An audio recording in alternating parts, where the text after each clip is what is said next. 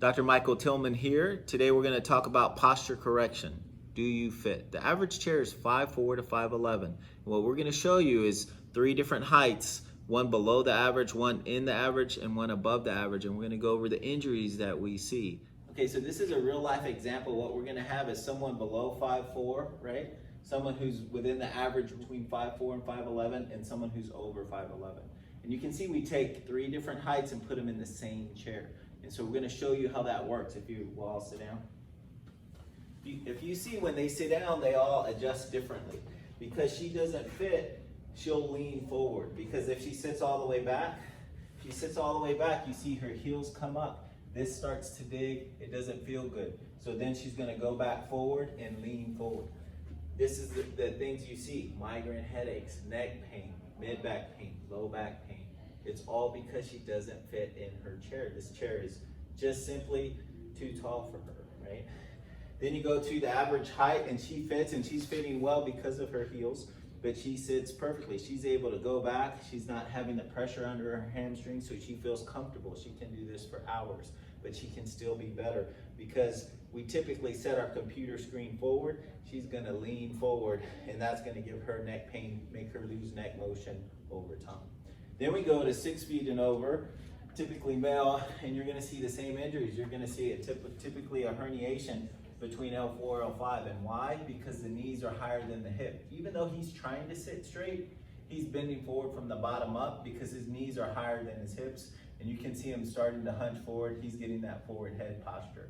Now, if I tell everyone, all 3 of them, to sit up straight as they can, guess what? They can't maintain it. It takes about a minute and they get exhausted. It's very fatiguing. It has to be passive.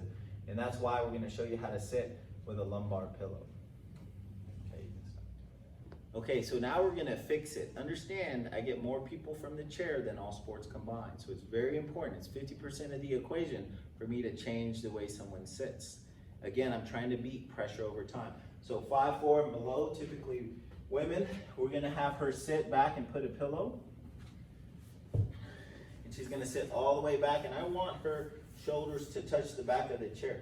If the monitor's too far, she has to move it closer so she can see. Now you can see her heels come up, and that's a big issue I have to address. So wherever she sits, I need something flat underneath. Now all of a sudden, she's not gonna get that digging, constant pain that's gonna make her wanna go forward, right?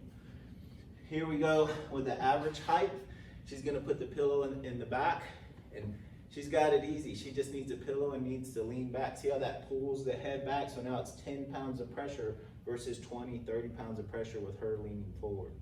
She fits with these heels. You can see it doesn't, she uses heels to fit better, but you can see it doesn't dig in here anymore, so she's not gonna get uncomfortable over time. Okay, so now we're gonna adjust 6 feet and over. I have to put some kind of pillow here to raise his hips up. His hips need to be equal to or higher than his knees. Go ahead and sit.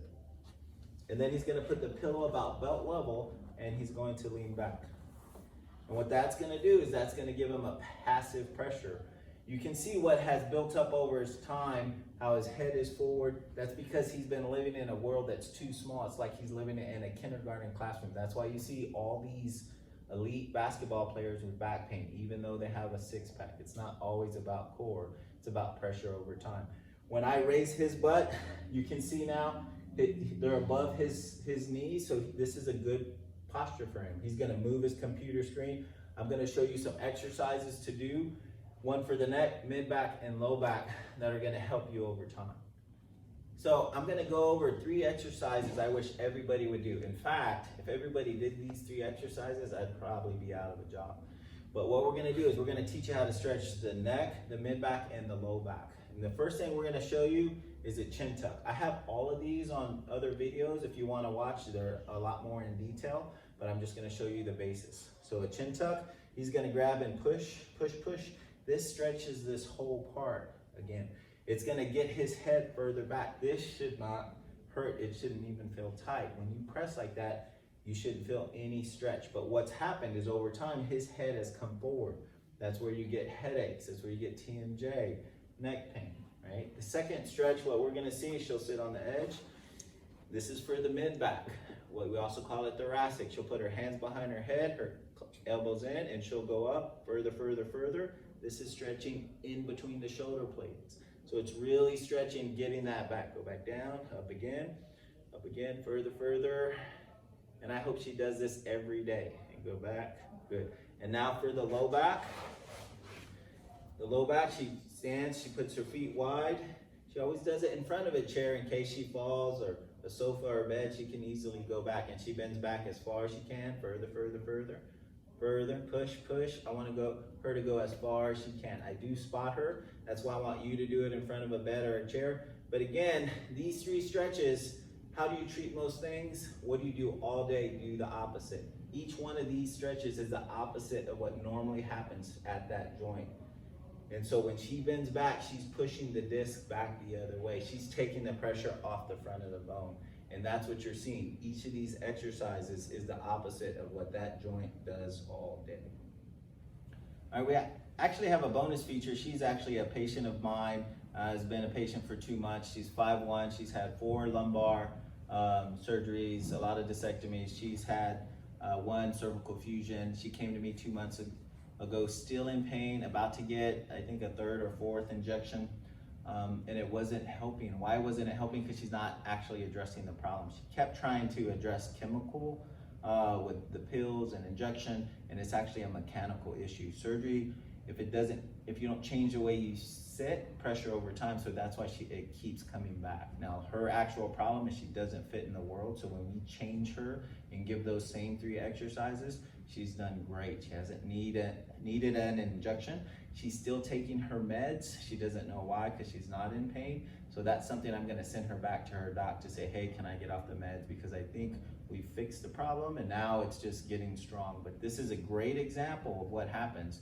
If I don't catch this, she will have more and more surgeries and say it's chronic, and it'll carry on to her children because they'll be 5'4" and below, and you have to break that cycle. And the best way to do that is to address the problem and to understand the why is this happening versus I just need to make the pain go away. That's the easy part. The hard part is to keep it away. How do you do that? You address the problem.